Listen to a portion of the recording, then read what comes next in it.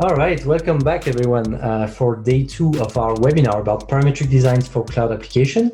I'm Mathieu, the co-founder and head of product at ShapeDiver, and I'm joined today by Edwin again, our Grasshopper specialist. Hello everyone, thanks for joining again. All right, let's start by having a quick overview of what we did on day 1 in case you missed it or if you want a refresher.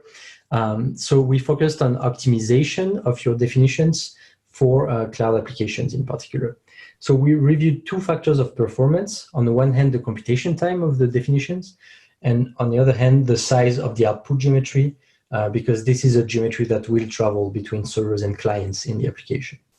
And we reviewed a few strategies to improve on those 2 factors. First, how to avoid computationally intensive operations, which components to avoid in particular, and also how to work around them, including some custom scripts that we provided. The second point is that we talked about meshes and how to use them to control the visualization and the size of your outputs with more accuracy. And in the end, we mentioned that, depending on the application that you're working on, you can always separate visualization geometry from production data because they don't need the same level of precision, of course. One pro tip that we had all along during these first days to use the bottleneck checker from MetaHopper, which is a very useful tool to review the performance of the definition. And now Edwin will present what we're going to do today. So for today, first of all, we will look at the challenge number 1. So everything regarding how to optimize the Reef stable configurator. So yesterday we explained the concepts so that they could be applied to the Reef stable configurator. And today we will show how we apply those concepts in our table. Then for today's topic, we will look at data management, especially data trees for optimization, and JSON Objects, which is a concept that I really look forward to show you. Thank you. So as we already presented yesterday, use our forum. All the materials, the Grasshopper scripts, the plugins, everything, all the links you need are available in our forum. There's already a topic with yesterday's challenge and all the example Grasshopper files that we reviewed in the first day. And as soon as this session is finished, we will create another topic for today's challenge and also including links to all the files that Edwin will present today. And tomorrow you will also find the final model that we will review in the last session. In terms of participation guidelines, please, the most important point is to use the Q&A interface if you have questions, because there's a lot of activity in the chat, and we can't we tend to miss questions when they're already there, only there. We'll have a few more polls today to help us see which strategies you're used to and how to change them or continue doing what you like doing. Yes, all material about the challenges will be on our forum, as I said, and between the sessions, ask us anything, even if it's not about the webinar, our forum, or use the contact form on our website. The recording of the whole webinar will be available around mid-May on our YouTube channel, so make sure to subscribe to our channel. And that's it for the presentation, and I'll let Edwin take over and give the answers to the first challenge. Thanks, Matthew, and thanks everyone again for joining. So let's get started of day 1, in which we gave all the files that we looked at yesterday, and also the version 1 of the table, so that you could perform the challenge, do the challenge. And then one of our participants actually posted what his attempt was to optimize the table, and also his Grasshopper file. So I'm gonna look at this first of all. So thank you for sharing your script. I will use it to begin with to demonstrate how he applied the concepts that we talked about yesterday. So first of all, here we had a challenge. If we check the version 1, so the original one. Here, one of the first challenges was that we had this loft, and then we were cutting it with some planes. So we had like these huge planes that are just like helper geometry, and then we were cutting this VRAP with these planes so that we could directly get the curves of where our columns will go of our table. So this is very like convenient because you get the curves like straight away, but of course in computation time is not the most efficient one. So the challenge was to change this version with one where you were actually using the same base reefs, circles, so as we have it, the same ones, but we were going to intersect them with lines. In the case of our participant, he actually used a different method, which is really good in terms of optimization. However, it is not good for what we're going to do with this table. But what he did was very simple. So he had the circles. He just divided the circle by the amount of columns that we have. So we have 4 columns in this case. And then he just takes these points and join them. So this is perfect. This is really optimal. If our shape, our base shape, was always a circle or a symmetrical shape. The problem is that so for this stage of the table is a really good solution, but the problem is that we need to prepare our model for an additional custom option that we're going to have. That is what I showed yesterday, where you could actually go to the table, and then here you could import your own shape, and therefore you never know if your shape is going to be symmetrical or not. So for example, here we have a heart, and then you could import this heart. The heart gets shown in the shape instead of the circle. So here we have the heart, and then of course we need to make sure that the columns are calculated. But of course, all of our columns have to be planar. So if we just divide our circle, our shape, our base shape with 4 points, then yeah, it's very optimal. But then our column will not be planar. So some points will be moved a little bit to the other side because the shape is not symmetrical. So this is a good solution, but not the best one because of what I just explained. So in this case, we will use the curve line solution. So if we go to the final version, Reef stable final version, we will share this final version tomorrow after the last session, so that you can go through all the optimization that we created for this table. And in this case, we have the same baselines, but we created some lines that are rotated, in this case 4 times, because we have 4 legs. And then with these lines, we intersect our curves, our base curves, and that generates our base points. So basically, this, as long as our lines are in the same height that our curve, then the intersection will always happen, and therefore we can get we can get the point that then we can use to create our base paths for our columns. In this case, this is a C# script. The reason why this is a C# script is actually there is a component that Grasshopper offers, that is the curve line component. The problem of this one is that it just outputs the parameters on the curve where the intersection happened, but not the parameters on the line. So I created a little C# script where you can actually also get the parameters in the line, because they are very important. For example, here where I want to sort and get the exact point that I need. So in this case, we have both parameters in this as output in this C# script. And the reason why we do curve line intersection is because the simpler the geometry that you are using to interact between each other to calculate something, the faster it will compute. So for example, the intersection between a line. So what is a line? So if we check here, a line geometrically is, of course, is a straight line segment that has no thickness and then extends in both directions without end, so it's infinite. So actually here, for example, we have our lines extended to 1 meter. But actually, if we go to just 1 unit, it doesn't matter, because our line, mathematically, our line is an infinite segment. So it doesn't matter if it is just 1 unit or 1,000 units, it will always compute. Because what we actually see in Grasshopper, in Rhino, is not the line as the mathematical formula, but we see a line segment. So here, for example, we have a line, array, and a line segment, and this is what we see. We see a start point and an end point. So that's why we use a lot this curve line intersection. Again, very simple geometry to calculate, for example, these points. So that's for the paths. Then let's see what is the next challenge that we have in version 1. So here we have another challenge where we have the base legs as B-wraps, as closed B-wraps, but the point is that they are not flattened. They are not flat on the bottom where there is the ground, and it is not flat also on the top where there is the tabletop.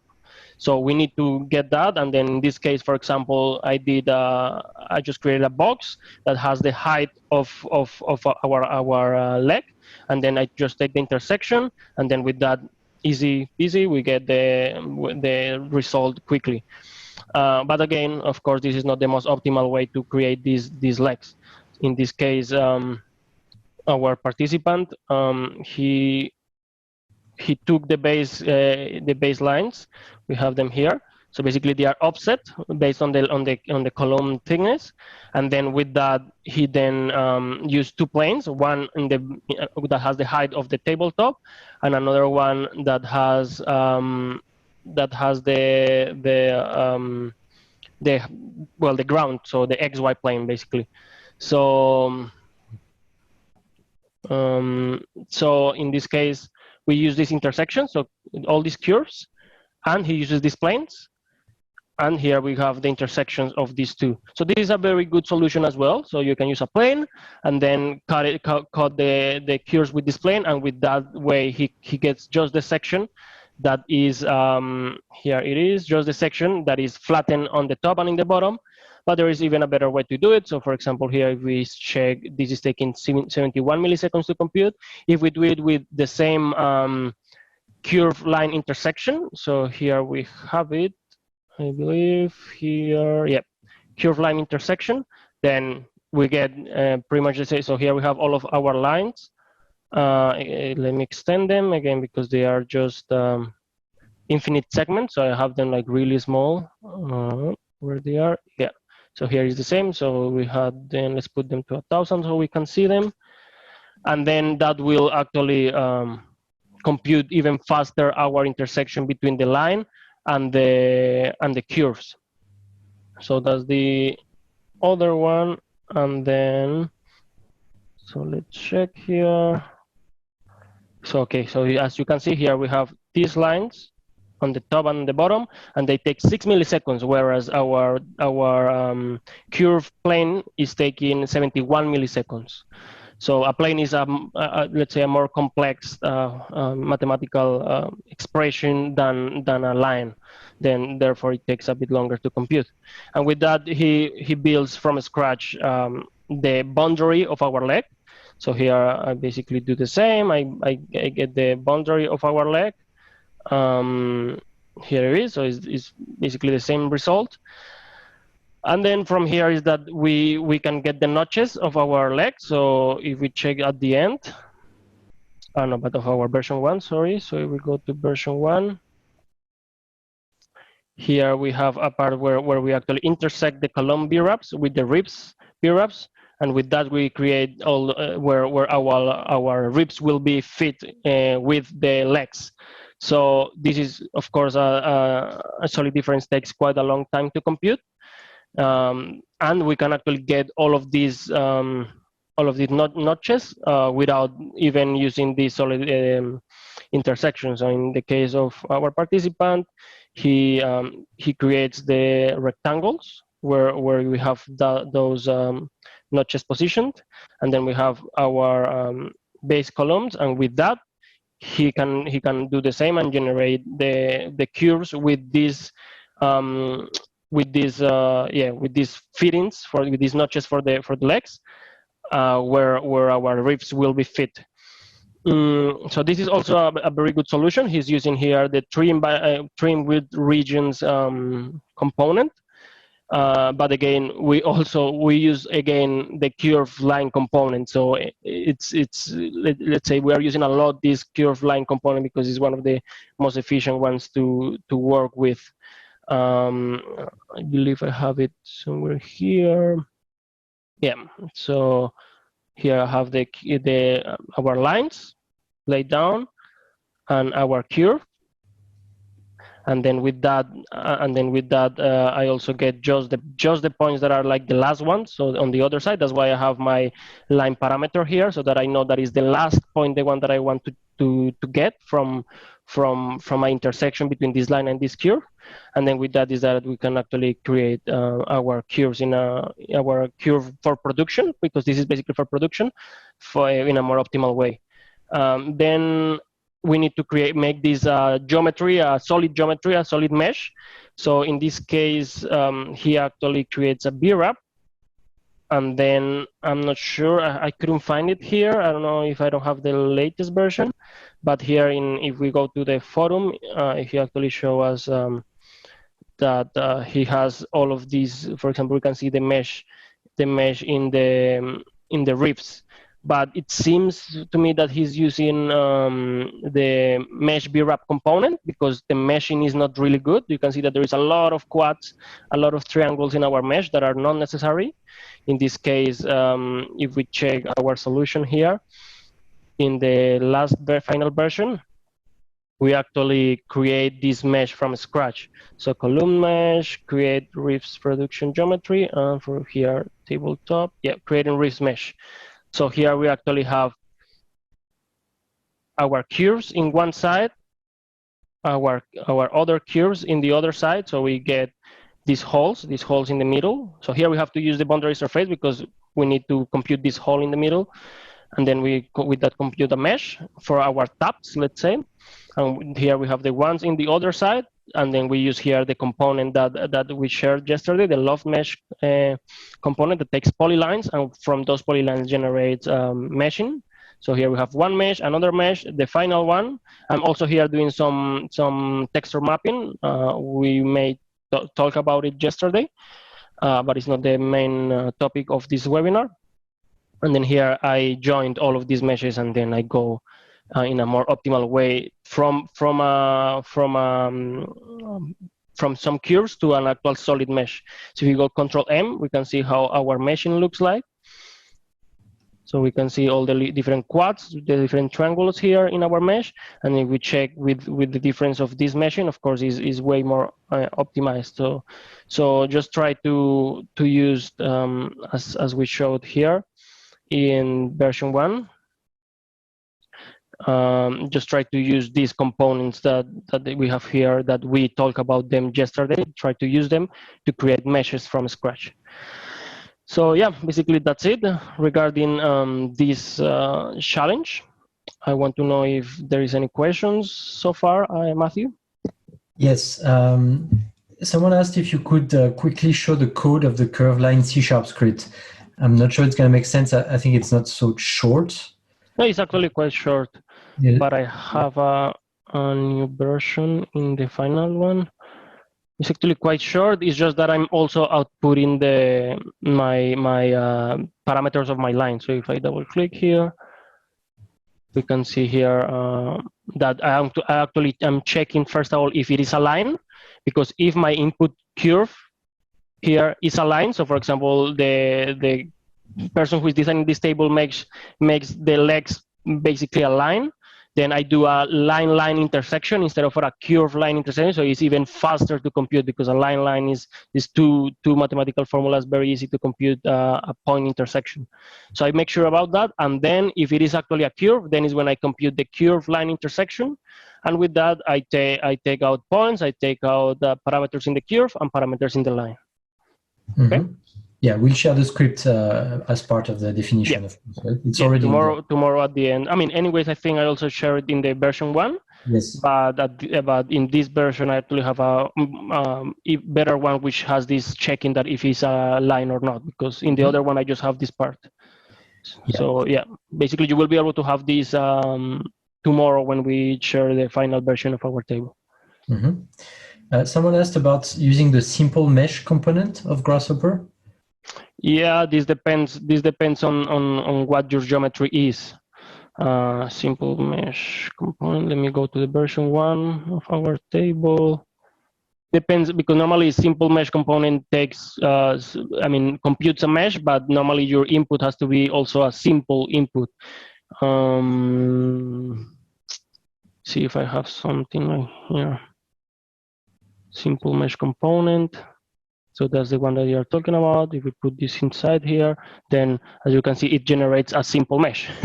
So basically, it goes from this VRAP to a simple it's almost like a bounding, let's say, and it's not really a bounding, but it's like a bounding mesh. So it doesn't generate the VRAP the shape that we actually want. So actually, here in my leg, if we go to final version, in the leg, I'm also creating the leg mesh from scratch. So if we check here, columns mesh, by the way, in the columns mesh, I'm not adding the notches because this is just for visualization purposes. So here, if you see, my final leg doesn't have these details here, these notches going inside our leg, because those details are just important for manufacturing, but for visual purposes, it is not necessary. So here, when we see our final leg, even though here we don't have that detail inside, we can still have a good visualization of our final product, and we are making our mesh simpler for the rendering engine to render our product. So that also keeps our meshes smaller and makes the computation faster. Mm-hmm.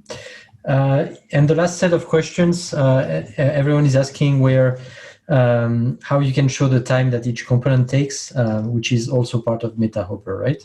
No, actually. No, it's a profiler, actually. Yeah. So if you go to display, canvas widgets, here you have the profiler. Yeah. And then with the profiler, you can check those components that are taking the longest, are normally displayed. So here, if we go to the other one, here's where you can see it below the time. But if you go right click on this one, then you can here set which limit you want to see these computations. So here, for example, everything that computes below 5 milliseconds is not shown. But if you go to 1 millisecond, well, lots of other components will start to show how much they are computing. In this case, the default is to 5 milliseconds, and then you can go even beyond that, or even a custom one if you want. Right click a custom one. Okay. Any other question? Yeah, no, that's it for now. You can move on to today's topic. Okay, let's go to today's topic. So here we have second day. Quickly, I sent a poll because there was a debate about using the icon view or the name view, but it was pretty much half and half. So I think you can continue the way you are because there's a strong debate about which view is better. Yeah, anyways, remember that here I have a plugin. If you are wondering what's the name of this plugin, it's called bifocals. I didn't have it in the other scripts because they are, especially the one of the participant, because that's not my script. But here basically you can see above all the names of the components that I'm using. So offset, curve, merge, and then I have also displayed all the names of inputs and outputs. I personally like more the icon view, but anyways, you can also see the name up here of all of the components. Okay. Mm-hmm. Okay, so we're going to start with the second day topics. We're going to start with trees, using trees for optimization. So first of all, I want to know if you are comfortable working with data trees. Not at all. I understand the basics. I am very comfortable with them. Let us know, please. And basically, let me move this a little bit. So here I'm going to start with some tricks and tips that we have. Also, some C# scripts are going to be involved. That again, you are going to be able to access them. This is not a webinar about scripting. However, well, we give you these C# so that you can use them and you don't really need to know how to script. So you can use them and get benefits from them. So here, for example, we have I'm going to create some frames. So I have a rectangle, and then I'm going to offset this rectangle. And then when I merge these rectangles, I have a problem. For some reason, I'm pretty sure you have experimented this quite often. For some reason, now my list has converted into a tree that has two items, one with path 0 and another one with path 0, 0. So with a second depth.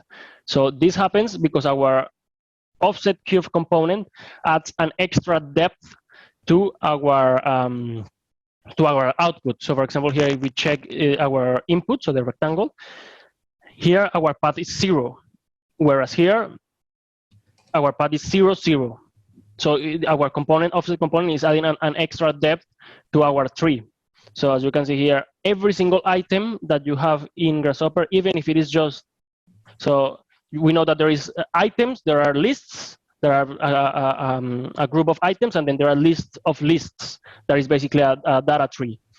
So the thing is that here in Grasshopper, everything, even if it is just an item, gets a path, so gets a tree path. So here is, let's say that we have a very simple tree that contains one item with one branch that is 0.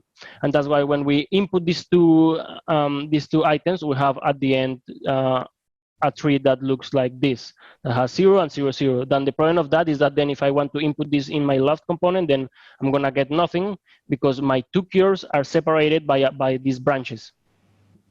So let's see how we can solve this. So there is, I'm pretty sure you have already some thoughts about how to solve this. This is quite, let's say, simple in some way in some way to clarify this problem. But first of all, I want to know what was the answer regarding our first poll. Okay, basically, yeah, perfect. So I understand the basics. That's very good that the majority understand the basics. And here I'm just gonna make the use of data trees as simpler for you. So here I want to know, how would you solve this? How would you solve this problem of, oh no, I'm now having here this problem? How would you make sure those three streams of data have the same tree structure? Would you flatten the trees? Would you simplify the trees? Would you trim the trees, match trees, path mapper? Let us know what would you do. And then we're in the meantime, we're gonna start using some of these solutions. So let's say we flatten this, no? So we come here and then we flatten this. If you can also use the flatten component here, flatten tree component, or you can use the shortcut, right click in the outputs, and then you get the shortcuts of flatten, graft, and simplify. Here, in this case, if we flatten, then everything gets solved, because then our output gets converted into, gets all of the data inside our in our output. All of the data in our output gets merged in a single branch, and in this case, the branch is 0. So if we know that our input branch is 0, and then we flatten our output, then we get both in 0 in the 0 path. You can also input this here and put here, for example, a different path where you want all the data to be merged. So you can put here 0 or 2 or anything else. Here as default, when you use this shortcut, the default is 0. But here, for example, if I put 2, then our output then gets a 0 and 2. And then, of course, it does not what we want. So this is a great solution, yes. But the problem is what happens then when you put, for example, a list of frames instead of a single item. So here we have a single size. But what happens if I put a list of frames? So I want to get each of these frames separately in branches. So I don't want to merge all of them. I want to get one frame with 800, one frame with 900, one with 700, and another one with 300 with a frame thickness of 25. So here, if I flatten this, well, the problem is that now I need to merge everything again into my tree structure, because I need to first of all graft this, graft, and simplify. So if I do this, then all of our rectangles, output rectangles get merged into their own branch, and then I put that into our offset curve, and then, well, if I flatten, then I just destroyed my data structure. So now again we don't get our data structure as we want. We got now 5 curves in our 0 branch and 1 curve in the other ones. So that's not good, because we should have couples here, 2, 2, and 2. So flatten is not good if you are using more than one, if you are trying to use more than one item.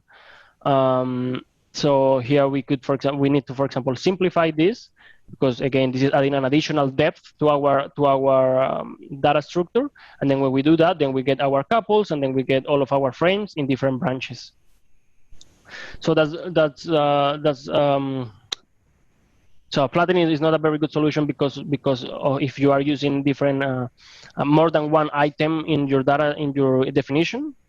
You could anyways, of course, you could reconstruct these tree in different ways, but we normally try to don't destroy trees at all in our definitions because trees have a lot of power when it comes to optimization, especially that we will see a little bit later. Then we could simplify tree. That's another solution. So if we take, for example, a single item, and then we go to simplify. So I'm gonna just don't do this for a second, and then I go to simplify. So the problem here is that the simplify component doesn't work. So if you go also, you can also use the simplify as a component. The simplify component doesn't work in single items. So here I have a single item. So if I have a list of items like this, then my simplify works. So I went from, if I get rid of the simplify, I went from all of these zeros that doesn't give me extra information. And if I simplify, all of those zeros are taken out, and then we get our structure back to 0, 1, 2, 3. So that's very good, but again, the problem here is that if you have a single item, then our simplification doesn't work. Even if I put here my simplify component inside here, and then I try to simplify with the component, it doesn't work because Grasshopper, for some reason, interprets that this is an item, and therefore it treats it differently. Therefore, again, even though I simplify my component, my simplification doesn't perform. Then we have other solutions like trimming the tree, match trees, path mapper, which are also good solutions. So if I go trim my tree, or shift, this component is similar to the shift component. Shift paths component. So this, what we'll do is you take your tree. If you know the basics, well, you know that this will get rid of, depending on the depth, we'll get rid of one of the depths of our tree. So for example, here, if we have this data structure, and then we go and simplify, in this case, we flatten, we trim our tree. One depth, that means one depth is all of this. All of this get rid of. This is my first depth. And then we end up with everything merged into this component and everything merged into this part. And then if we get rid of another depth, so that will mean that we are getting rid of this depth, and then everything gets merged into one single branch. So this is, and something similar happens with the shift component, but the shift component works more like you start to, let me zoom a bit more. You start by shifting like one depth, shifting -1. That means that we're going 1 in this direction. This is -1 of shifting. If you go -2, that means we are going 2 times.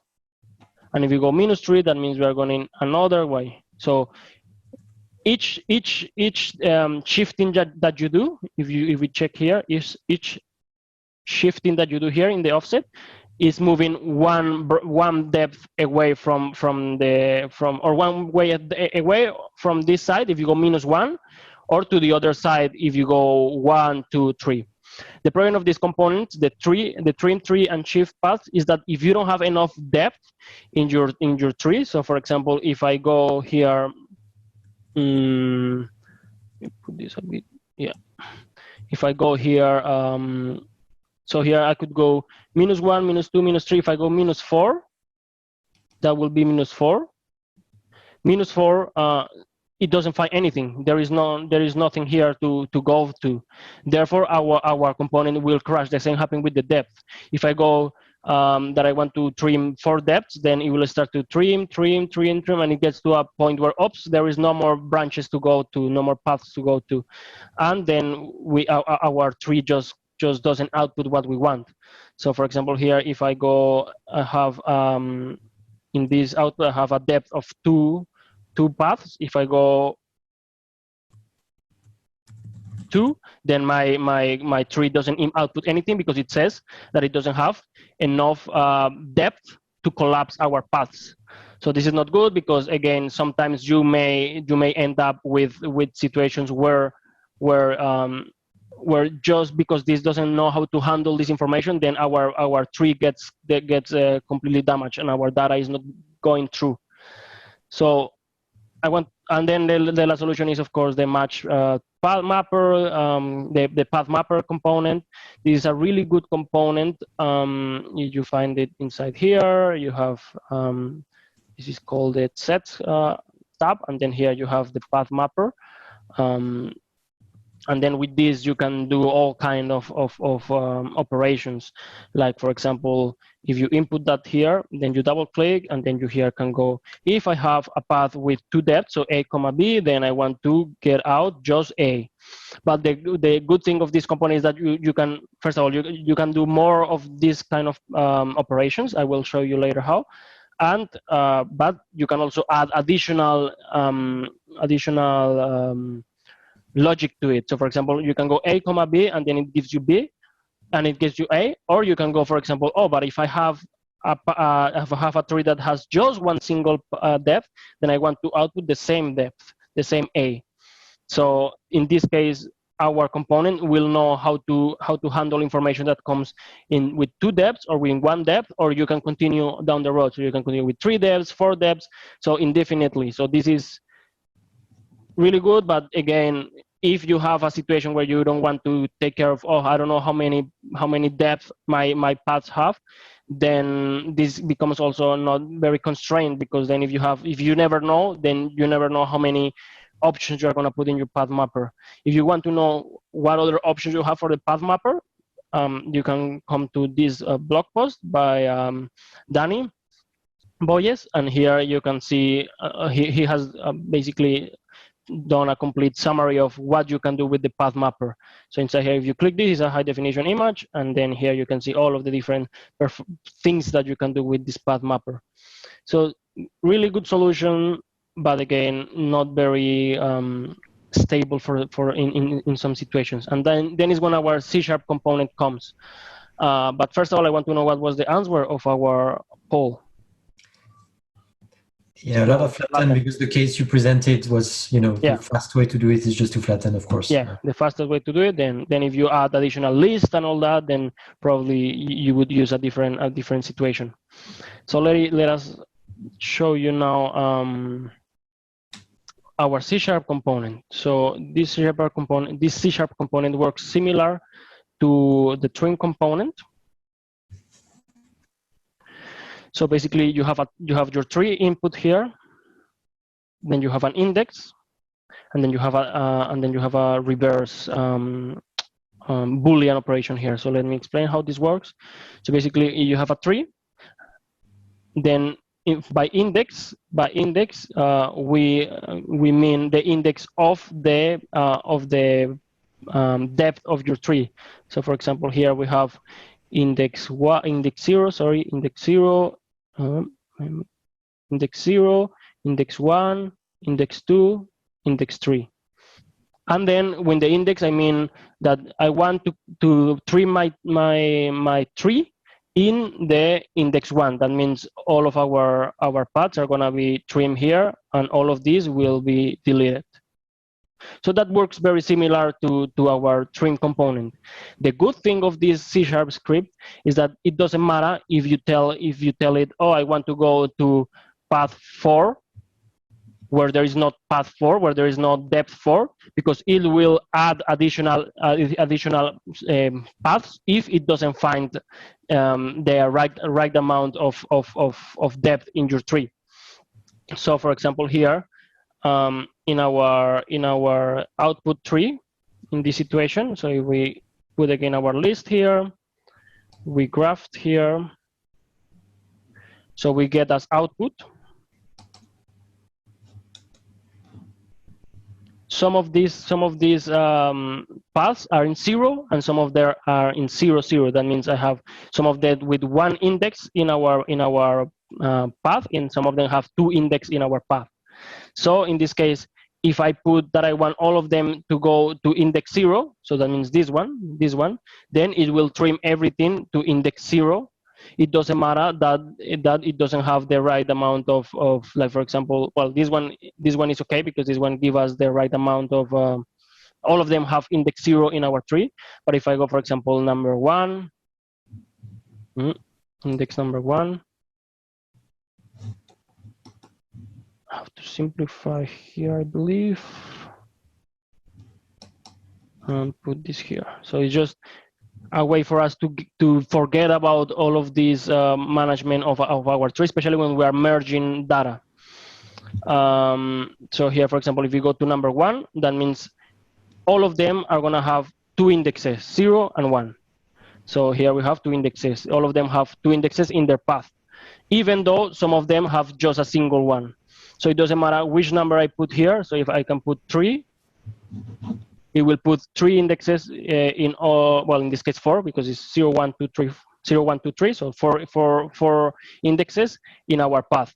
And it will always output the right information in the right order that we wanted. If we go to number 0, for example, that means everything will be, all of the number 0 will be taken here, and then we get as output everything in our right tree. And then with that, we can put that inside here, and then we get our loft.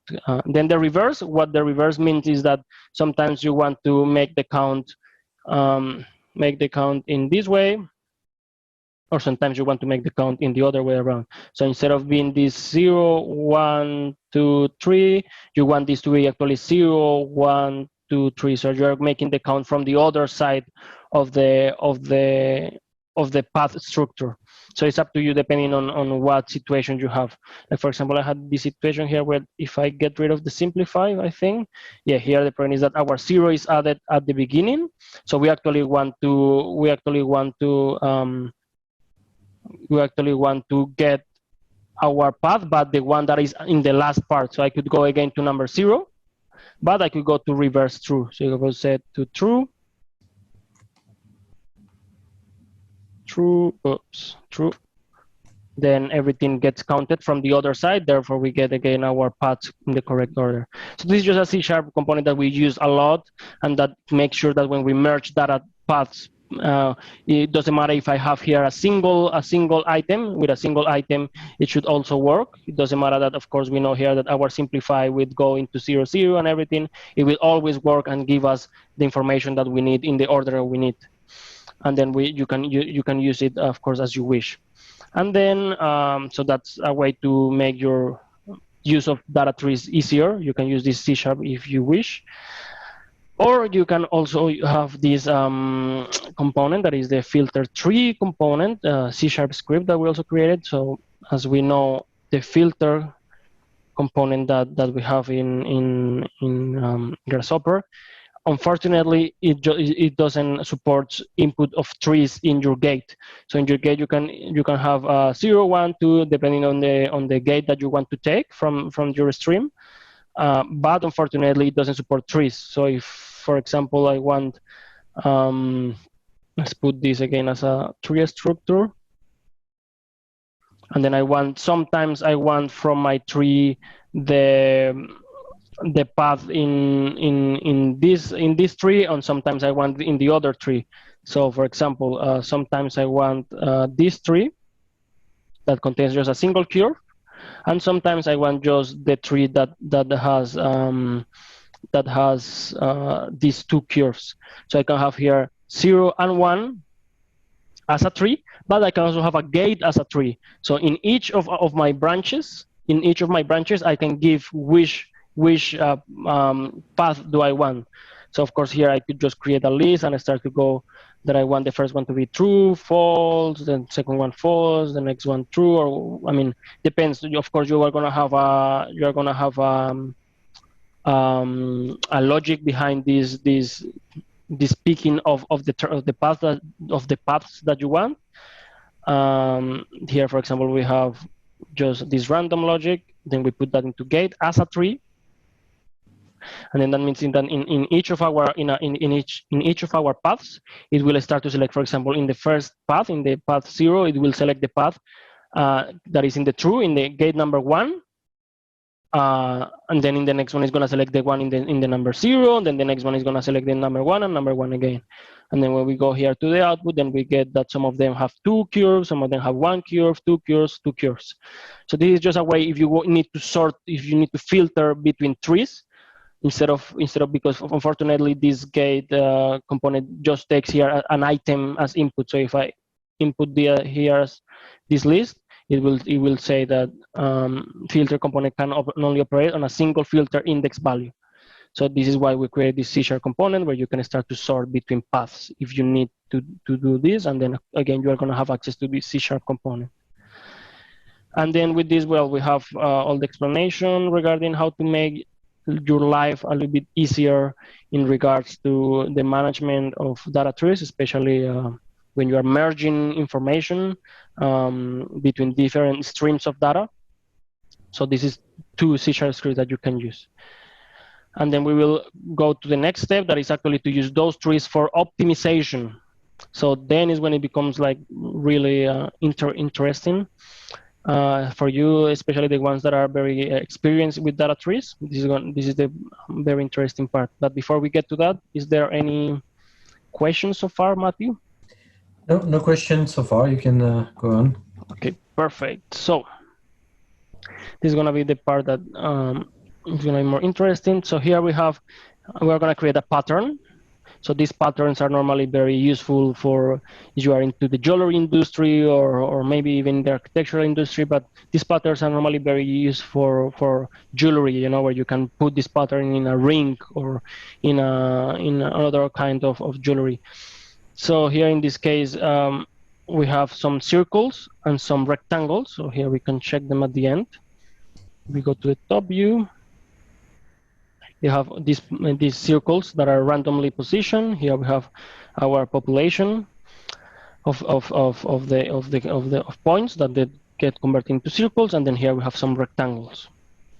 So we can see these 2 circles and rectangles, and then the idea is that we want to get rid of all. So we want to operate into this rectangle so that they get cut by these circles, and then basically you will see like if it was kind of a cheese. So you can see here all of this cut in this part and in the different rectangles that you see in this pattern.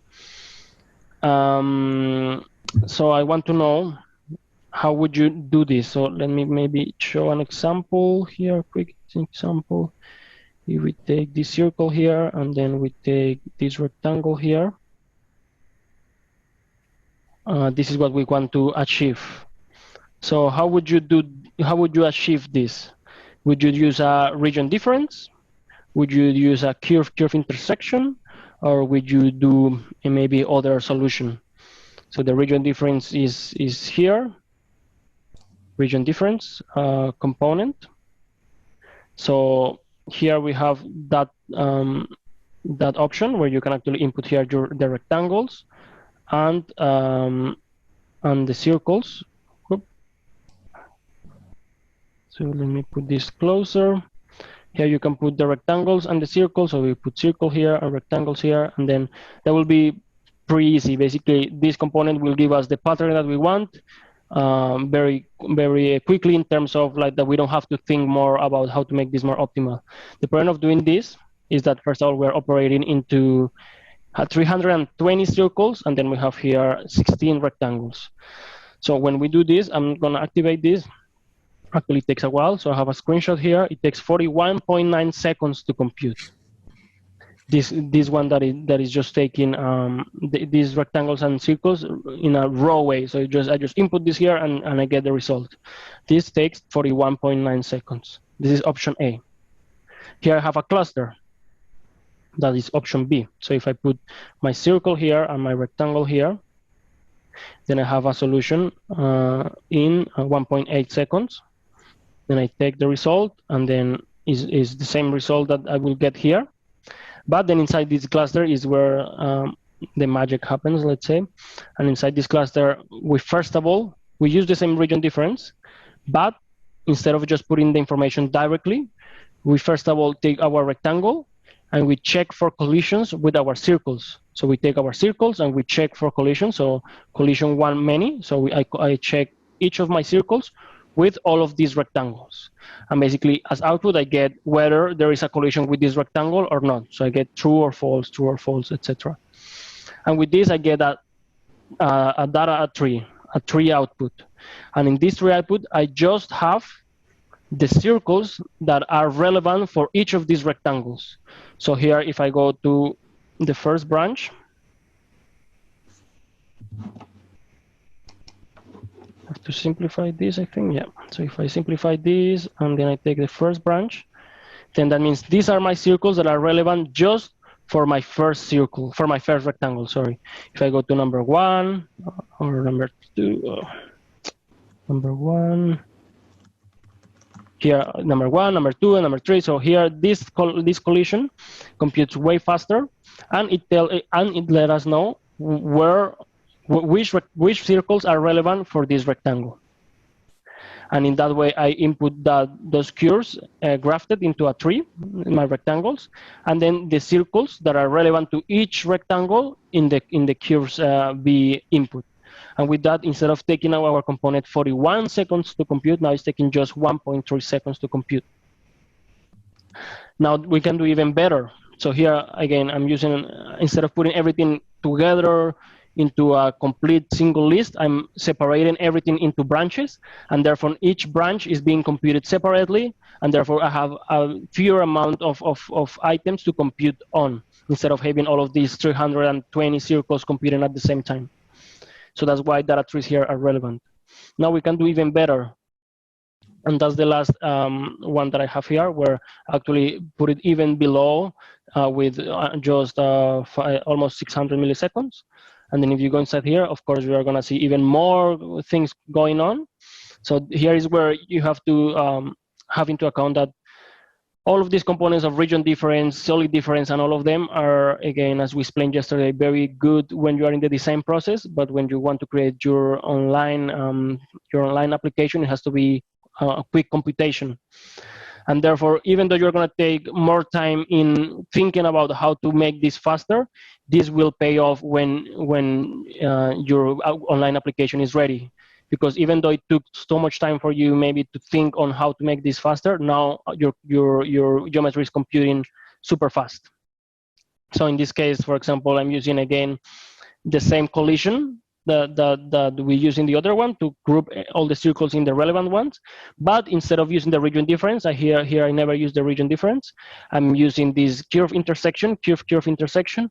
And with that, I'm actually cutting all my rectangles in the positions where they were intersected by our circles, and then based on the middle point of our segments, I check if this middle point is inside one of these circles, sorry. And with that is that I take just the segments that are outside of these circles, and therefore here we get the result of all of these. All of these sections of our rectangle that are not inside our circles. And the same thing I do here, where I cut my circles where the rectangles get intersected, and then I test with these rectangles which circles, which section of the circle are inside my rectangle. And with that, I get a similar result here, where I get just the sections that are inside our rectangles. I merge all of that. I trim it. So here, for example, I'm using my trim component, the C# that I just show you, because if I see this data tree, let me see, maybe it is already, yeah. Some of them have, for example, here a depth of 3 paths. Some of them have a depth of 1 path, and then here, instead of going back and trying to see, okay, where do I have to simplify and all of this, I just use this component, and this component cleans up my tree, give us everything as I need it, and then I can join this. And then if I go branch here, I get the same result, but of course way faster. So if I go branch 0, for example, I get just my circle in my rectangle that is in branch 0, branch 1, etc. And all of these so we went from 41 seconds without using data trees to 2 seconds with using data trees, and even to 3, well, and now it depends, because I'm streaming, then it changes a bit, and now 300 milliseconds with even not using the region difference, but using other methods. So there is always a way to make things faster. So here, can we have a look at the answer for our third poll? Yes, one moment. Yes, origin Yeah. difference was the. Yeah. So if you're gonna use that one, then remember, try to then separate what is relevant into branches so that it is faster to compute. Yep. Yeah, exactly. I think it was a question. I'm not sure what it was. Can you explain the graft option, please? It was when you presented the first cluster, so the solution B. But if you don't find fast, maybe we can let the user ask the question. Yeah, I'm not sure what was the question again. Can you explain the graft option, please? But yeah, the graft option. I'm not sure what he means with the graft option. Well, you're grafting the curves A here. Okay, yeah. But yeah, that's just because. I mean, here I'm grafting because I'm separating all my rectangles in different branches. So all of them are now in different branches, so that each of these branches, for example, each of these rectangles get operated with, in this case, for example, if we check branch 0 here has 1 item, of course, and here branch 0 has just 8 items. So before, this component was taking each of these rectangles and checking with 320 circles to see if there was any intersection to make the region difference. Now I just have one single rectangle and just 8 circles. In the next one, I have one single rectangle and just 8 circles. The next one the same. The number 3 branch, for example, has just 6 circles, and they are just the relevant circles that actually need the region difference. Mm-hmm. Yeah, there's another question. I'm not sure I understand, so I'll chat with the user as well. But otherwise, that's it. So I think that was the end for the trees, right? Yeah. Perfect. Yeah. So now we're gonna get inside. So this was everything regarding trees, how to use trees for making computation faster. But now we're gonna get into JSON objects. So first of all, let us know. I have here. No, I will make that question later. But first of all, I want to make a case here with Weaverbird. So I'm gonna use Weaverbird to create some interesting pattern. And for that, I'm gonna use this circle that I have here in the front view. So I have this curve in the front view that is created with these points. So as you know, well, here in Grasshopper and Rhino, it will be easier for us. It will be very easy to just go right click. If you have a point component here, is a point component. Then I go set multiple points, and then I could come to Rhino and start creating my points, and that's it. And then with that, I can even start to move my points in the 3D view. And this is really good because we have access to Rhino and Grasshopper.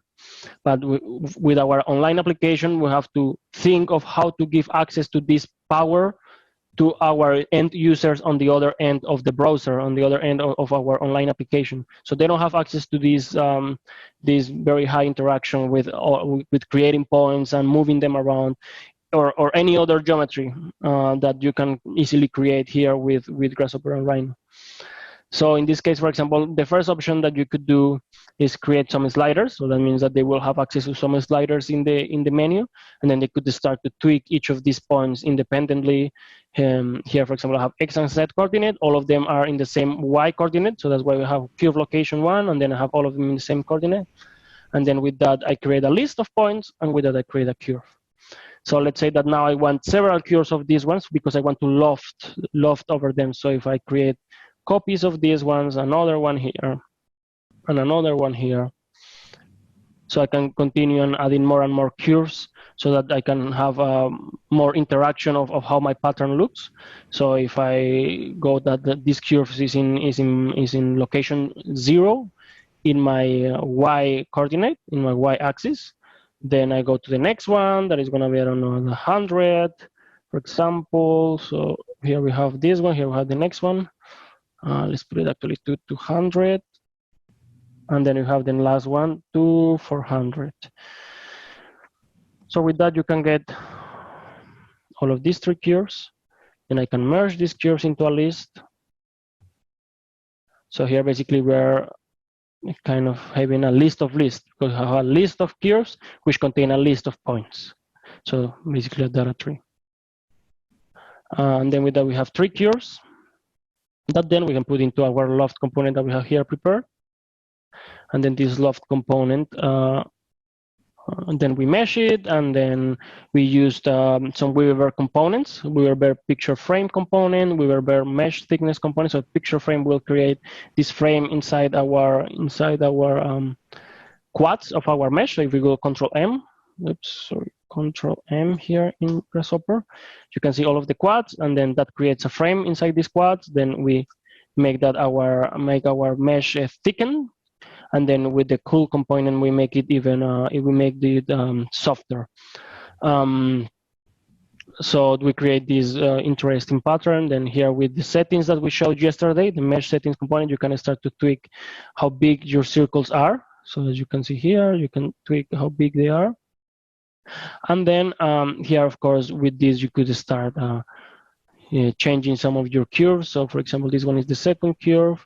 So if I check, let's see what happens here. Yeah, so here we have this point here, and then this point get moved away. And then you could start tweaking all of the different curves, your base curves, to then, of course, edit your final mesh on the other end. So this is great because we have access to Grasshopper, and then we can do all this copy pasting and adding more sliders and everything.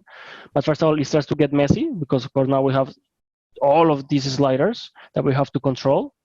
And second of all, well, the first thing that you would like to do is to actually kind of try and use here data trees instead of copy pasting the same solution several times.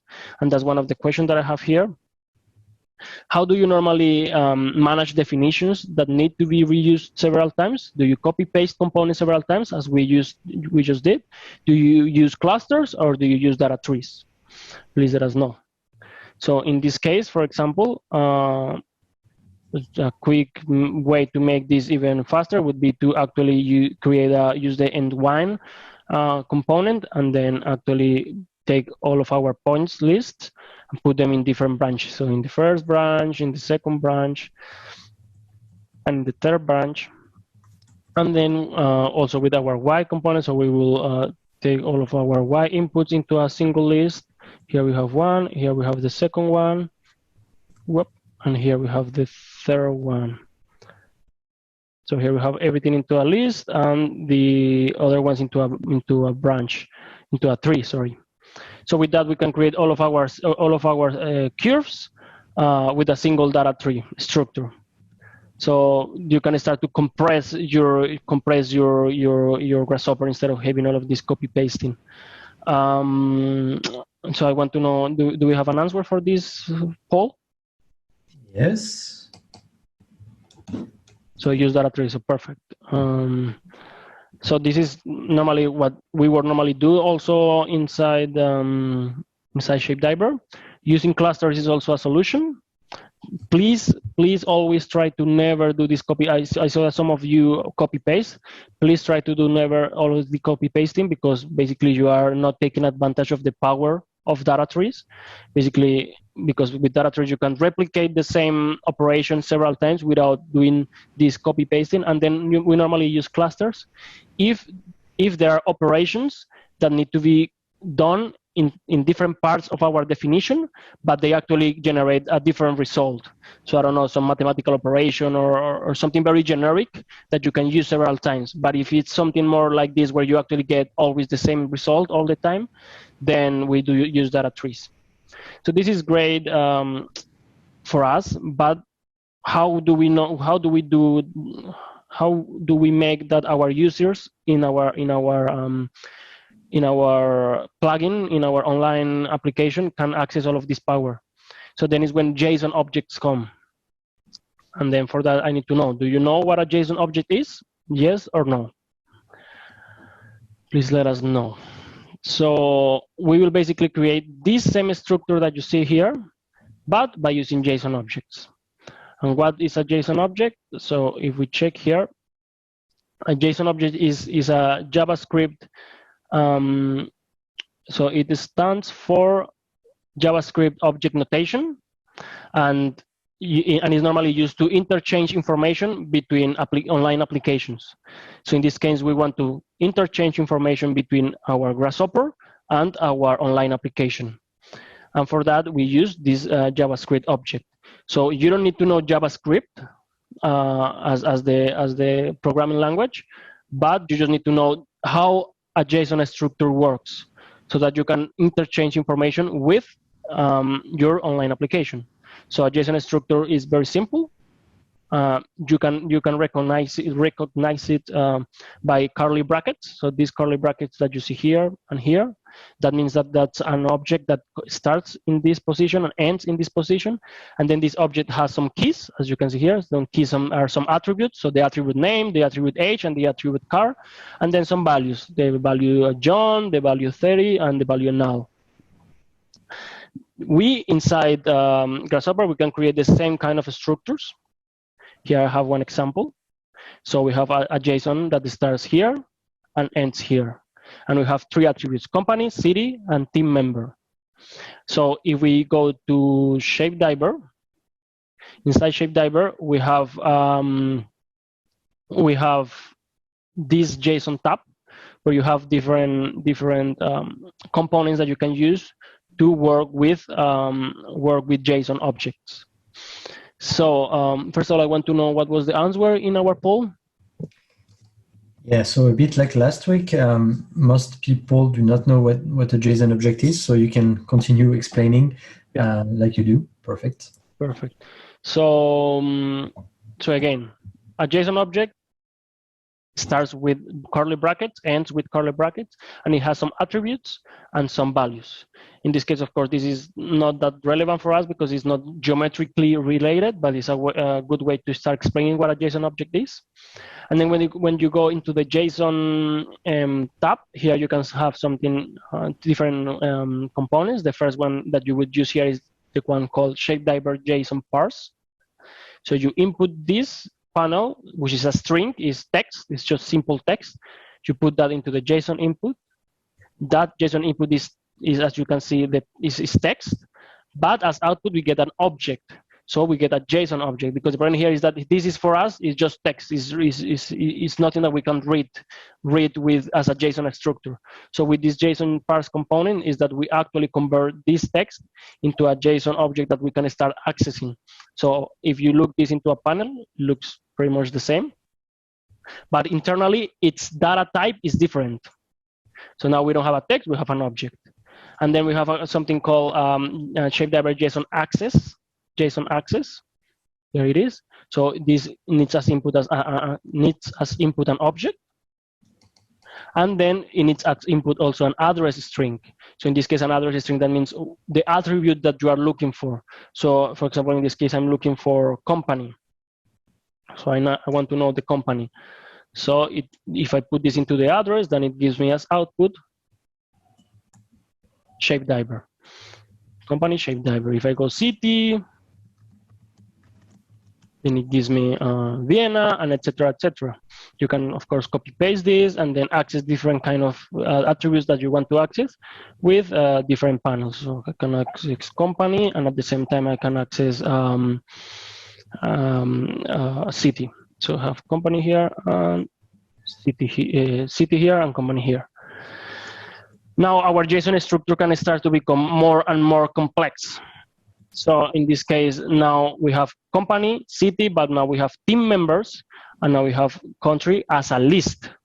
So in JSON structures, again, an object is recognized by curly brackets, but a list, what we consider a list, is in JSON structure is called an array, and an array starts with these brackets that you see here. So these are curly braces, sorry, and these are brackets. So that means that here is the start of a list and the end of a list, the start of a list and the end of a list.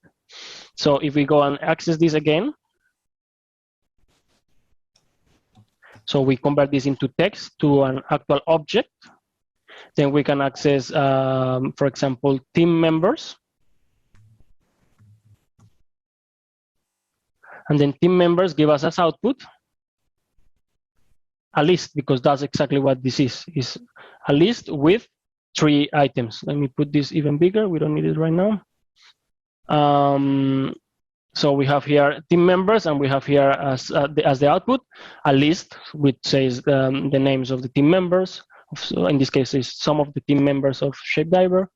And then here we can also put, for example, a country.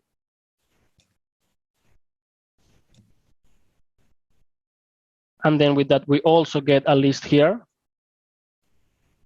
with the country. So France, Colombia, Mexico. And of course, we can start here matching information. So we know the first item in our first list it corresponds to the first item in the second list. And with that, we can start to do something in Grasshopper. In this case, everything is very like text related. So we could use this for, I don't know, some customers that are putting some information inside the Grasshopper definition. But for us, it's more relevant when this starts to become into a mathematical expression, into something that we can convert into geometry. And for that, we have here some examples. So we have here an object that starts here and ends here. So that's like the mother object, let's say. Then we have inside this object, so it starts here and ends here. Then we have inside this mother object, we have two attributes. So we have points, but we also have position. And then inside these points, our points is actually a list. Why? Because it starts with these brackets and ends with these brackets. But it becomes even more complex because now our list is not just a list of numbers or text, but it's a list of even objects, even more objects. So we have inside our mother JSON structure, we have an attribute called points, which has a list of, let's say, baby objects. So we have here one object, another object, another one here, etc., etc. So we have more and more objects in this list. So we have one, this is number 0, 1, 2, and 3 items here that have objects. And inside these objects, we have attributes. So as we saw, a list is just a list of information, but an object actually needs attributes and values. So there's the attribute X and the attribute X, the value 0, the attribute Z, and the value 0, and again with the rest of them. All of them have their attributes and their values. So with this kind of structure, our online application kind of starts to understand this kind of structure, because this is a JavaScript notation structure which is used for online application. And in this case, for example, with this that is more complex, we first of all convert this from a text to an object. Then inside this object, we access two attributes. So we access points, so the first attribute, and then we access position, that is the second attribute. And inside points, so that gives us a list of objects. And inside these points that have this list of objects, I'm going to access the attribute X, and also the attribute Z. And with that, we can create a point, and then that's how we can start to see some geometry reflected in our Rhino viewport that was created with a JSON structure. So here we have the points, and here we have our curve. And then, of course, the problem here is that what we want to create is something that looks like this, that is basically a list of curves, which contains a list of points, which contain a list of coordinates. So it's a list inside a list inside a list. So with a JSON object, you can start to create as complex structures as you want. So you can go as deep as you want and store information, very precise information in specific places of your structure. So for example, here I have this object, this big object, which contains curves as an attribute, as a mother attribute. And these curves is a list of objects. So basically, we're going from this one that we had here, and then this one is now repeated several times. So here we have one, here we have the next one, and all of them look the same. But of course, the final data that is provided, the final coordinates are different.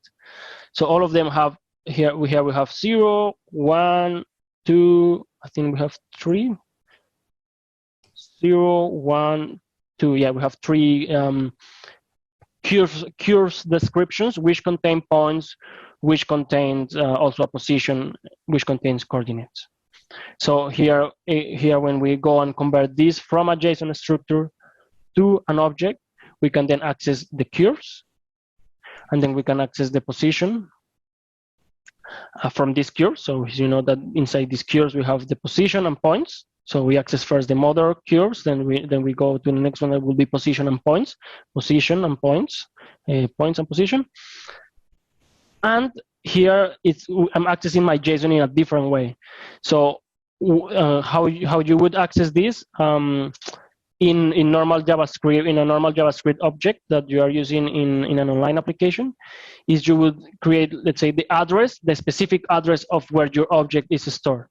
So for example, in this one, I access points, and then I access the coordinate X inside these points. But there is another way to access this. So I can go and put my object here, and I can put points here. And then what I can do here is go, I want to access points, but then I want to access inside these points an item in this list. So I start with brackets because I'm accessing a list.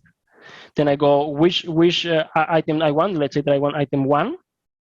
And then I want in this item 1, I want the attribute X or the attribute Z, whatever attribute that you know that exists inside this JSON object. So if I go OK, and then I put this inside my address, then this directly gives me as output a number. So the number 200. So this number 200 represents, I'm inside points, then I go to object 1, so 0 and 1, and then I'm taking the attribute X that is equals to 200. So the same I do here. Of course, this is a more complex structure. But basically, I take the amount of curves that I have. So I know that I have, so if I access my object, let's put this bigger. If I access my object inside curves, then that gives me the amount of curves objects that I have. I have 3 objects, which each of them describe a curve. Then I have here, well, I'm accessing curves. Then I'm accessing a list, so that's why I have here my bracket, my brackets. Then with this pufferfish component that is called list indexes, I'm just getting this list. Here is an object. I'm just getting the indexes of this list. So 0, 1, and 2. So my curve 0, my curve 1, and my curve 2. And then inside this curve, I'm going to access points. So I have here, I'm accessing first curves, then I'm accessing the curve number 0. And then inside my curve number 0, I have an attribute called points, in which I'm going to access the point number 0, from which I'm going to take the attribute X. And then I do the same with the rest one. I'm accessing curve 0, point 0, but now I want the number Z, and the same for all of them. All of them curve 1, curve 2, etc., etc., etc. And with that, I can take my mother object, my base object, and access directly the object that I need. So I have all of my coordinates, 0, 200, 200, etc., etc. And then I just, through these addresses that I have here organized in branches, I can reconstruct my tree and have my tree structure as I need it.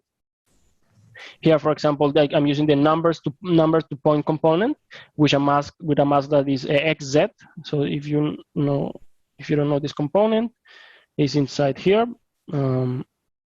Vector, and then inside here you have number to points. And they are basically taking XZ. That means it's taking pairs of these numbers and creating points from them.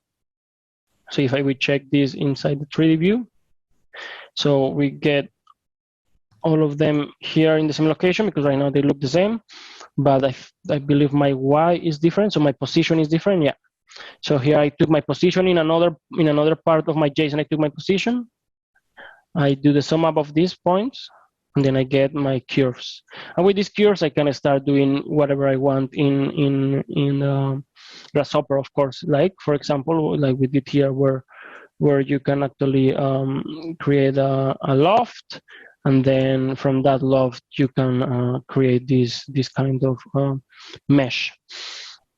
here inside this, then in your web application in the browser, somebody can start to change, for example, the points in the coordinates here. So they can start to change this to 100, or they can even start to, that's called to push information inside your lists. So for example, you could have some curves that have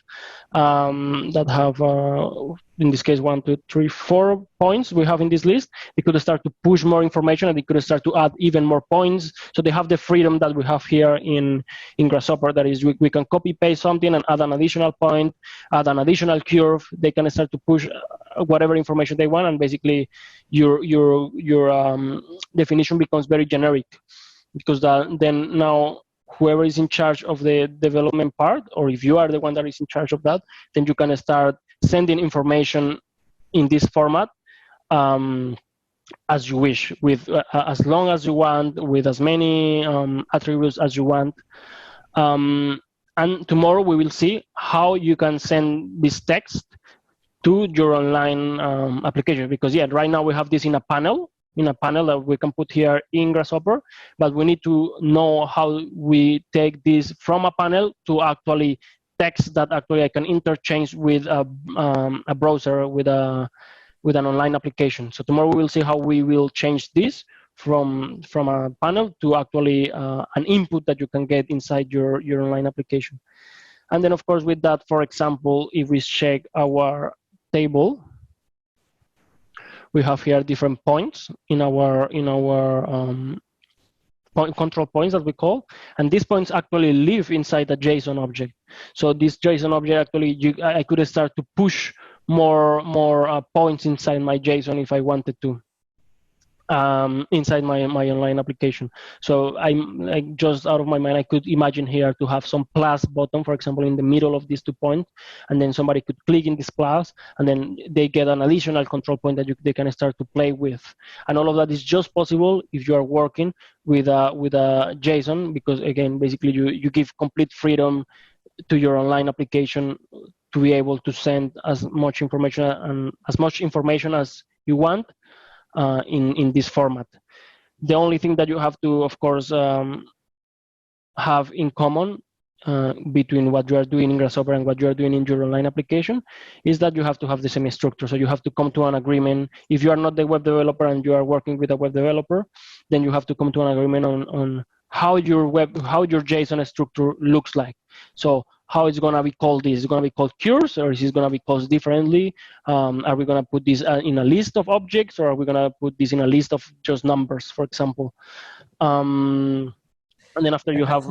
I think this is important and linked to a question that several users asked, which is why is it more convenient to have a JSON than sliders? Because sliders are much easier to manipulate than entering, like typing a JSON object. But really, that's a really important point here, is that a JSON object is like an object that is manipulated by a web developer and easy to manipulate within a web application. Yeah. So typically, if we create JSON objects here, it's not to let users type them, but it's because using the API, then you'll be able to create interfaces like the one Edwin created for his table, where you can drag and drop the sphere, which automatically in the app will create a JSON object, which is very simple in JavaScript, and then you can send this JSON object as an input to the Grasshopper definition. So it's already created, and then you just process it inside Grasshopper. Yeah, exactly. So, for example, here I broke it, but in general, here the end user, so let's say in this case I am the end user, I'm the one that is using right now this application, this person never sees the JSON structure. They just see, of course, this very interactive way of, okay, I can move just these control points and then my table will change. But behind this, there is a JSON object that you are controlling. Then, yes, of course, you could have sliders, as you said, as one of our participants said. And then you have, first of all, you have all of these lists of sliders, which is, if you want to show all of these sliders to end user, we are going to get confused with so many sliders, first of all. And second of all, if then somebody decides, oh, but I actually want an additional control point here, in this example, for example, then they cannot they cannot add an additional control point. They cannot just copy paste because they don't have access to Grasshopper. So either you have to go back to Grasshopper, add an additional control point, re-upload this to your online application, and then the person can do whatever the person wants to do. Or you give a JSON structure where they are already free to add as many points as they want, as many keywords as they want in any location that they want, and they don't have even limits. Like, for example, here, each slider has a limit, no? 0 to 1,000. And in this case, they wouldn't have that kind of limits. Then, of course, you have product limits, no? You have product logic limits. Of course, you cannot produce anything because of the CNC machine or any other situation. And in this case, the product logic will be instead of inside of Grasshopper. You could also make it inside of Grasshopper.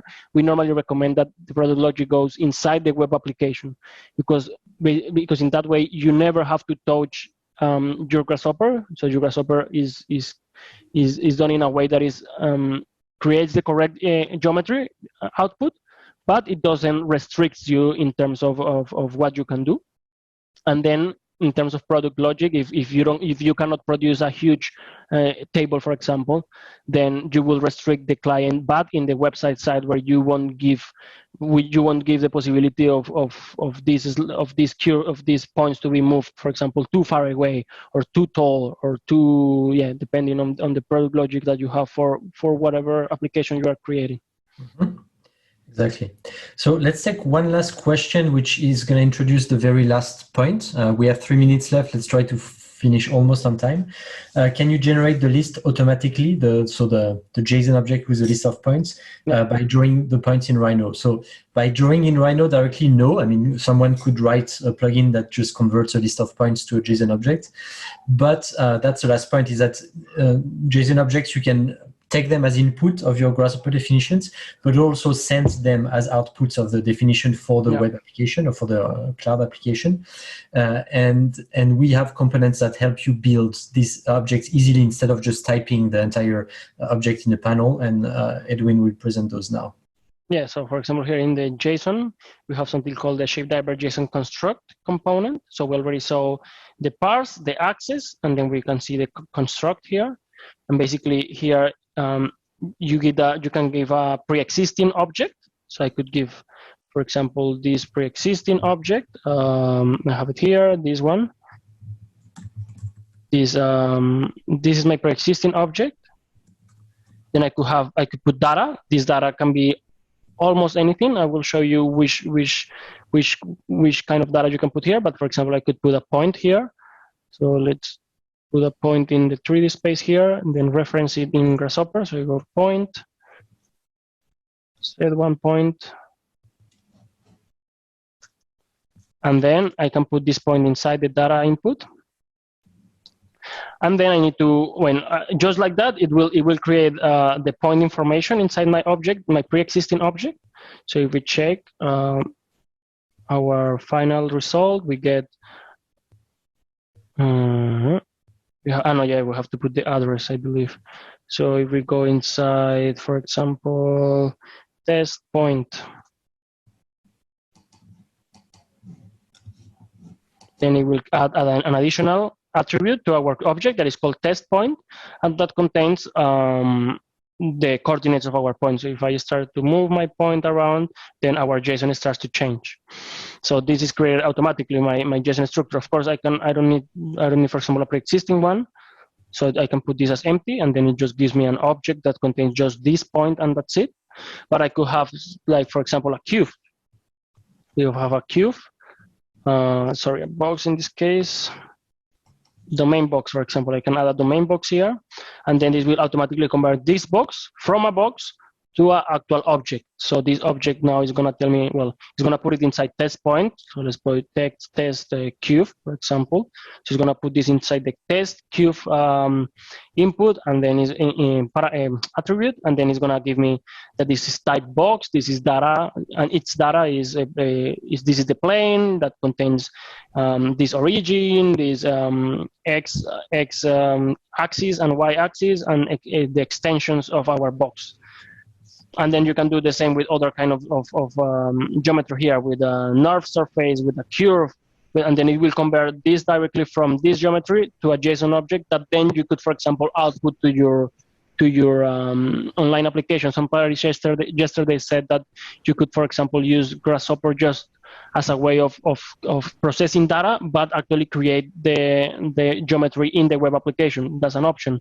And this could be one option, for example, where you are actually not sending geometry, but just sending information of how this object looks like. And then you could interpret, you could take this JSON and you know how the structure works, and then you could create your own geometry inside your web application. That's an option, of course, but this is a more advanced option if you want to use it.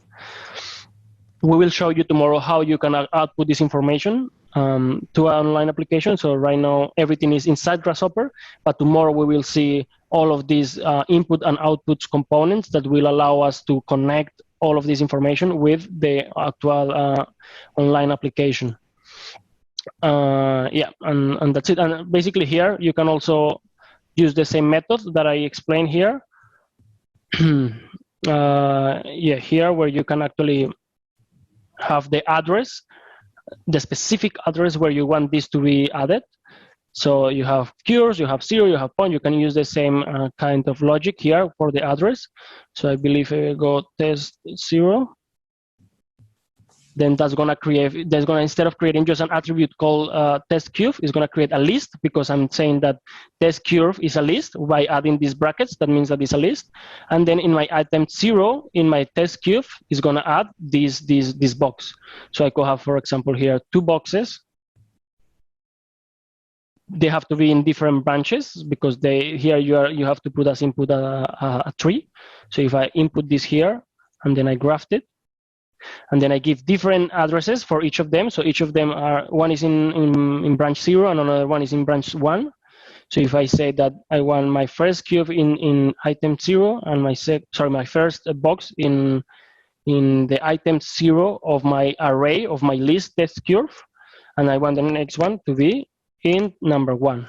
I will make this multi-line data component, and then that will put my 2 boxes inside the same object called test cube, but then now we have two items inside this. We have the first one starting here and ending here, and the second one starting here and ending in here. So we have here now two cube objects inside my JSON component. And then with this, of course, you can go as complex as you want and start to have very deep, full of information JSON objects. And the last thing is that we haven't seen here is the ShapeDiver JSON convert. And this component knows this component knows the structure that you are using here. So for example, again, if I put here just a single cube with this curve, let's put just the cube, I think. Yeah, because I have to access directly my object. So I could, of course, access it from here. If I go with what we learned today, I could come here and access directly my box object. So I go access my object. This is already an object. You don't have to convert it to you don't have to do the parsing, because this is already an object. So you can put here the object, and then you want to get just the box number 1. So you will go test cube, and I want to access the number 1. Then I access this. And then now that I'm inside my cube object, my box object in this case, I will convert this into a geometry. So this component knows this data structure, and then when you input this here, this you can see it here, the box gets converted into a geometry that is actually visible. That is actually in this case is a box. So you basically converted in a single step. You converted this JSON object into a box. You could also have a point, for example, so it will recognize that this is a point and convert into a point, north curves, etc. So you can put all kinds of data structures here. We have how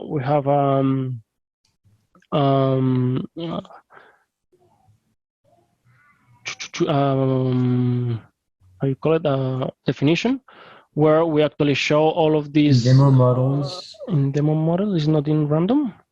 No, I think demo models. Ah, yeah. Then we have here JSON. We will put this in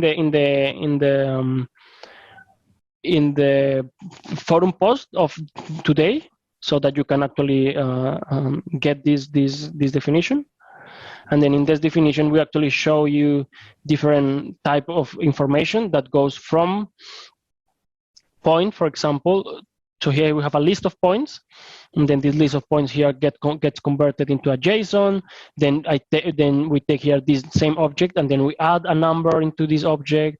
So we get here now our object with some number here, and then we still have different kinds of information that can be put into this object. So a string, a line, an interval, a plane, north surface, all of them, you can just put this information inside, and as output you will get a JSON with all the relevant information necessary to build this geometry. So here you have all the relevant information, and then we go from this JSON, we go to the other way around. So we go from the JSON, we go to a color, we go with this JSON convert component that we have here. We go from a color, from a JSON to a color, from a JSON to a box. So we go from what we converted to JSON to geometry. So here we can see the geometry. So you will get also that. Yeah, exactly. Perfect. All right. Sorry for finishing a bit late, 7 minutes late, but thanks to everyone who stayed until the end. So we're officially closing the session now. Don't miss tomorrow's session. It's going to be really exciting. Yeah, just a quick thing about the challenge of today. So the challenge of today is here, number 2, and basically we have here a list of points. So you will do something similar. You have a list of, as we explained, we have a list of points, and we want to create this list of points, but with a JSON. So instead of having here all of this list, you could actually have a JSON structure that we have here, for example, in our. So I won't show it, but just to show you how that looks like. So for example, here this is a JSON object, and then here with this JSON object, I can have different kind of forms in our table. So the challenge of today is that you convert this list of points into JSON. Okay. Yeah, so good luck with that. And yeah, of course, I already posted the link in the chat and in the Q&A. There's a specific topic in the forum with all the files and where you can chat about this, and also all the topics Edwin talked about today. So yeah, thanks again. See you tomorrow. And now we'll stay online for about 20 more minutes until 6 to answer all remaining questions about these topics or even other stuff. All right, so let's get started. There was one actually about JSON objects. So the JSON objects attribute definition, access, and filtering by attribute is similar to the Elephant plugin components. Is it possible to bake the attributes defined with JSON in Rhino? So in our case, it's a bit different. I'm not extremely familiar with Elephant, but by the way, we're planning to support it, at least some of its features in the near future. But we don't really use JSON objects as attributes of geometry or primitives in Rhino. It's really like they are their own objects, and they can even describe geometry, as you've seen. Edwin showed it, and you can even convert JSON objects to and from geometry. So it's used a bit differently. But in general, with ShapeDiver, you don't really have access to Rhino geometry or the Rhino document. You have everything has to live inside Grasshopper. So the workflows are a bit different. I hope I answered the question. You had. There was a question that's been here from a long time ago because you had several points with gumballs at the same time on top of them, and someone asked how you did that. Like several points in Rhino, and they all had a different gumball on them. I'm not sure. Different gumball? Yeah, you know the arrows, right? Okay. If we go, I mean, I just it's something that comes directly with Grasshopper. If you create some points, so you create a point primitive, then you go right click, then you go set multiple points. Let's go again to this front view. We go right click, set multiple points. I can set different points in my Rhino. Then I go enter. And then if I click again in my point, then I get all of these. You call it gumballs? I didn't know that was the name. Yeah, I learned the term gumball pretty recently also. Okay, so here you can edit your points directly, even though they are points that live inside Grasshopper. You can edit them, with these gumballs. Yeah, actually, we've recently we've had some users ask several times if it was possible to have gumballs online in the ShapeDiver viewer. And that leads me to another question. Are these interactive features, so what you showed with the spheres on your table, possible or available with the free version of ShapeDiver? And the answer is that no, because right now it's features that we already developed in the online viewer and that you can use with the API. And the API, since you need to embed your models in external websites, it's one pro feature of ShapeDiver. But adding features to the API is the first step.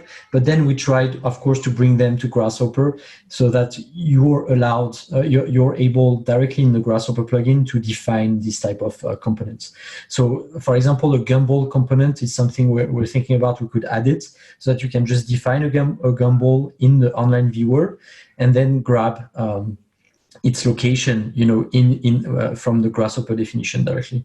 So basically, yes, we have a lot of code snippets and examples of how to do that already with the API. But of course, it's going to be nicer for Grasshopper designers once they can just do that using components inside Grasshopper. So yeah, stay tuned for this because we'll have a lot of new components like this in the next few months. Yeah. So I think this one, for example. Yeah, there's several. So, yep, you can continue. Yeah, I'll go on while you have this open. So this is also created. Which one is the live version that you have? Yeah, no, this one is a simple version. Yeah.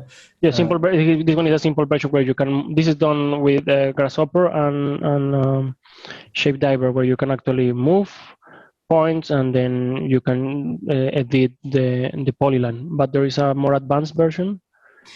Yeah, the more advanced version is a bit more, manipulating directly the WebGL objects. So, but the idea is that what Edwin just showed, soon it's going to be possible without doing any code and just by adding components in Grasshopper directly. So we have another question. Maybe this will be answered tomorrow with the cloud aspects, but does Rhino Grasshopper have options to run headless for the backend processing, providing for the front end? Or is this all handled by ShapeDiver? I mean, yes, this is all handled by ShapeDiver. So, we already have Rhino running headless on servers. So it's not, at the moment, it's not using just Rhino Compute because, Rhino Compute only exists for Rhino 7 and forwards. But we're also compatible with Rhino 5 and Rhino 6. So we have our own way of doing it. But basically, that's how the service works. So Rhino runs headless. And that's what happens when you upload a Grasshopper definition on ShapeDiver is that then you can remote control it on remote servers and really get the response from there. So yeah, that was about this. Then we have some questions about yesterday's challenging and all of this and some problems opening the Reef table. So it's hard to look now in live at those type of problems, but please ask in the forum all your questions if you have any trouble opening files. I know last week some people had trouble installing all the plugins on Mac. So yeah, if you have trouble with this, I think some people actually during this webinar, someone posted on the forum a way to do it for Mac that worked for him. So you can try that. Yeah, remember that you can go to shapediver.com/forum, and that will redirect you to the forum of MacNeil related to ShapeDiver, and there you can post your questions. Especially if it's related to the challenge, then you can go to the webinar post, and then post directly there what's the problem that you are having. All right. Well, we actually don't have more questions for today, so that's pretty much it. So we're gonna release you, and yeah, once again, tomorrow we'll really, take things the next step and bring things online in the online viewer and etc.